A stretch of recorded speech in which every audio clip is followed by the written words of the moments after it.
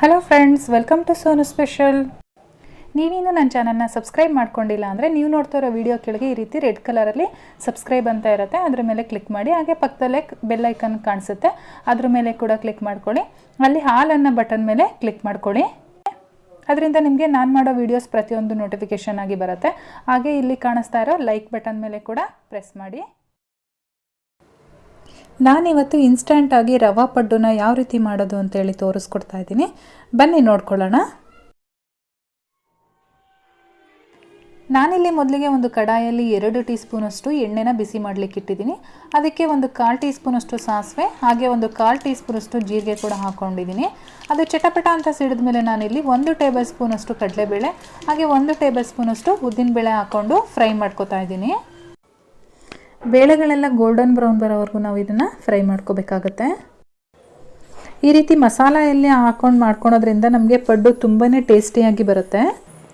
ನೋಡಿ, ಬೇಳೆಗಳೆಲ್ಲ colour change ಆಗಿದೆ. ಈ ಟೈಮಲ್ಲಿ ನಾನು 1 ಈರುಳ್ಳಿನ ಈ ರೀತಿ ಸಣ್ಣದಾಗಿ ಕಟ್ ಮಾಡಿ ಇಟ್ಕೊಂಡಿದ್ದೆ, ಅದನ್ನು ಹಾಕೋತಾ ಇದ್ದೀನಿ. ಹಾಗೆ ಒಂದೇ ಒಂದು ಹಸಿಮೆಣ್ಸಿನ್ಕಾಯಿನೂ ಕೂಡ ಈ ರೀತಿ ಚಿಕ್ಕದಾಗಿ ಕಟ್ ಮಾಡಿ ಇಟ್ಕೊಂಡಿದ್ದೆ, ಅದನ್ನು ಕೂಡ ಹಾಕ್ಕೊಂಡು ಈರುಳ್ಳಿ ಎಲ್ಲ ಟ್ರಾನ್ಸ್ಪರೆಂಟ್ ಆಗೋವರೆಗೂ ನಾವು ಇದನ್ನು ಫ್ರೈ ಮಾಡ್ಕೊಳ್ಳೋಣ. ಈರುಳ್ಳಿ ಎಲ್ಲ ಟ್ರಾನ್ಸ್ಪರೆಂಟ್ ಆದಮೇಲೆ ರವೆ ಹಾಕೋಬೇಕಾಗುತ್ತೆ. ನೋಡಿ, ಇವಾಗ ಈರುಳ್ಳಿ ಕಲರ್ ಚೇಂಜ್ ಆಗಿದೆ. ಈ ಟೈಮಲ್ಲಿ ನಾನು ಇದಕ್ಕೆ ರವೆನ ಆ್ಯಡ್ ಮಾಡ್ತೀನಿ. ನಾನಿಲ್ಲಿ 1/4 ಕಪ್ಪಷ್ಟು ಚಿರೋಟಿ ರವೆನ ಆ್ಯಡ್ ಮಾಡ್ತಾ ಇದ್ದೀನಿ. ರವೆ ಎಲ್ಲ ಹಾಕಾದ್ಮೇಲೆ ಇದನ್ನೇನು ಫ್ರೈ ಮಾಡೋ ಅವಶ್ಯಕತೆ ಏನಿಲ್ಲ. ಜಸ್ಟ್ ಈ ಬಿಸಿ ಏನಿದೆ ನಾವು ಒಗ್ಗರಣೆ ಮಾಡಿರೋ ಅಂಥ ಈರುಳ್ಳಿ ಬಿಸಿ ಅದರಲ್ಲಿ ಮಿಕ್ಸ್ ಮಾಡಿಕೊಂಡ್ರೆ ಸಾಕಾಗುತ್ತೆ. ಈ ಟೈಮಲ್ಲಿ ನೀವು ಸ್ಟವ್ ಸ್ವಿಚ್ ಆಫ್ ಮಾಡ್ಕೊಳ್ಳಿ. ನೋಡಿ, ಇವಾಗ ಚೆನ್ನಾಗಿದೆ, ಎಲ್ಲ ಮಿಕ್ಸ್ ಆಗಿದೆ. ಈಗ ನಾವು ಇದನ್ನು ಕೆಳಗಡೆ ಎತ್ತಿಟ್ಕೊಳ್ಳೋಣ. ಇವಾಗ ಈ ರವೆ ಒಳಗಡೆ ನಾನು 1 ಕ್ಯಾರೆಟ್ನ ಈ ರೀತಿ ತುರಿದಿಟ್ಕೊಂಡಿದ್ದೆ. ಕ್ಯಾರೆಟ್ ತುರಿನ ಹಾಕೋತಾ ಇದ್ದೀನಿ. ಜೊತೆಗೆ ನಾನು ಇಲ್ಲೊಂದು ಸ್ವಲ್ಪ ಕೊತ್ತಂಬರಿ ಸೊಪ್ಪನ್ನು ಕೂಡ ಚಿಕ್ಕದಾಗಿ ಕಟ್ ಮಾಡಿ ಇಟ್ಕೊಂಡಿದ್ದೆ, ಅದನ್ನು ಕೂಡ ಆ್ಯಡ್ ಮಾಡ್ತಾ ಇದ್ದೀನಿ. ಹಾಗೆ ರುಚಿಗೆ ತಕ್ಕಷ್ಟು ಉಪ್ಪನ್ನು ಕೂಡ ಹಾಕೋತಾ ಇದ್ದೀನಿ. ಈ ರೀತಿ ಉಪ್ಪೆಲ್ಲ ಹಾಕೊಂಡಾದ್ಮೇಲೆ ನಾನಿಲ್ಲಿ 1 ಕಪ್ಪಷ್ಟು ಮೊಸರು ಹಾಕ್ತಾ ಇದ್ದೀನಿ. ನಾನು ಇದೇ ಕಪ್ಪಲ್ಲಿ 1/4 ಕಪ್ಪಷ್ಟು ರವೆ ತೊಗೊಂಡಿದ್ದೆ. ಈಗ ಅದೇ ಕಪ್ಪಲ್ಲಿ 1 ಕಪ್ಪು ಗಟ್ಟಿ ಮೊಸರು ಹಾಕೋತಾ ಇದ್ದೀನಿ. ಮೊಸರು ಹಾಕಾದ್ಮೇಲೆ ಇದನ್ನು ಚೆನ್ನಾಗಿ ಒಂದ್ಸರಿ ಮಿಕ್ಸ್ ಮಾಡ್ಕೊಳ್ಳೋಣ. ನಮಗೆ ಬರೀ ಮೊಸರಲ್ಲಿ ಮಿಕ್ಸ್ ಮಾಡೋದ್ರಿಂದ ಅದು ತುಂಬ ಗಟ್ಟಿ ಆಗುತ್ತೆ. ನಮಗೆ ಇದು ದೋಸೆ ಹಿಟ್ಟಿನ ಅದಕ್ಕೆ ಬರಬೇಕು. ನಾವು ಅಲ್ಲಿವರೆಗೂ ನೋಡ್ಕೊಂಡು ನೀರನ್ನು ಹಾಕ್ಕೊಂಡು ಮಿಕ್ಸ್ ಮಾಡ್ಕೋಬೇಕಾಗತ್ತೆ. ಸ್ವಲ್ಪ ಸ್ವಲ್ಪನೇ ನೀರು ಆ್ಯಡ್ ಮಾಡಿಕೊಂಡು ನಮಗೆ ಎಲ್ಲಿವರೆಗೂ ದೋಸೆ ಹಿಟ್ಟಿನ ಕನ್ಸಿಸ್ಟೆನ್ಸಿ ಬರುತ್ತೋ ಅಲ್ಲಿವರೆಗೂ ನಾವು ಇದನ್ನು ಮಿಕ್ಸ್ ಮಾಡ್ಕೋಬೇಕಾಗತ್ತೆ. ನೋಡಿ, ಇವಾಗ ಇದು ಕನ್ಸಿಸ್ಟೆನ್ಸಿ ಸರಿಯಾಗಿದೆ. ಇವಾಗ ನಾವು ಇದನ್ನು ಒಂದು 20 ನಿಮಿಷ ನೆನೆಲಿಕ್ಕೆ ಬಿಡಬೇಕಾಗತ್ತೆ. ಒಂದು ಪ್ಲೇಟ್ ಮುಚ್ಚಿ ಒಂದು ಸೈಡಲ್ಲಿ ಎತ್ತಿಟ್ಕೊಂಡಿರೋಣ. ಇವಾಗ ನೋಡಿ, ನಾನು 20 ನಿಮಿಷ ಆದಮೇಲೆ ಓಪನ್ ಮಾಡಿ ತೋರಿಸ್ತಾ ಇದ್ದೀನಿ. ಇವಾಗ ಹಿಟ್ಟೆಲ್ಲ ಸ್ವಲ್ಪ ಇದು ಗಟ್ಟಿಯಾಗಿದೆ. ಇವಾಗ ನಮಗೆ ಯಾವ ಹದ ಬೇಕೋ ಆ ಹದ ಬರೋವರೆಗೂ ನಾವು ಸ್ವಲ್ಪ ನೀರು ಹಾಕ್ಕೊಂಡು ಮಿಕ್ಸ್ ಮಾಡ್ಕೋಬೇಕಾಗತ್ತೆ. ನಾವು ಇದನ್ನೆಲ್ಲ ಚೆನ್ನಾಗಿ ಒಂದ್ಸರಿ ಮಿಕ್ಸ್ ಮಾಡ್ಕೊಂಡಾದ್ಮೇಲೆ ನಾನೊಂದು 1/4 ಟೀ ಸ್ಪೂನಷ್ಟು ಇಲ್ಲಿ ಅಡುಗೆ ಸೋಡಾನ ಮಿಕ್ಸ್ ಮಾಡ್ತಾ ಇದ್ದೀನಿ. ನಾವು ಯಾವಾಗಲೂ ಸೋಡಾನ ನೆನೆಸಿ ಆದಮೇಲೆ ಹಾಕೋಬೇಕು. ಮುಂಚೆನೇ ಸೋಡಾ ಹಾಕಿಟ್ರೆ ಅದು ತುಂಬಾ ಸಾಫ್ಟ್ ಆಗಿಬಿಡುತ್ತೆ. ಇವಾಗ ಇದು ನೋಡಿ ರೆಡಿಯಾಗಿದೆ. ಇವಾಗ ನಾನಿಲ್ಲಿ ಪಡ್ಡು ತವನ ಸ್ಟವ್ ಮೇಲೆ ಇಟ್ಕೊಂಡಿದ್ದೀನಿ. ಇದಕ್ಕೆ ಎಣ್ಣೆನ ಸ್ಪ್ರೆಡ್ ಮಾಡ್ಕೊಳ್ಳೋಣ. ಒಂದು ಬ್ರಷ್ ಸಹಾಯದಿಂದ ಹಾಕ್ಕೊಳ್ಳಿ.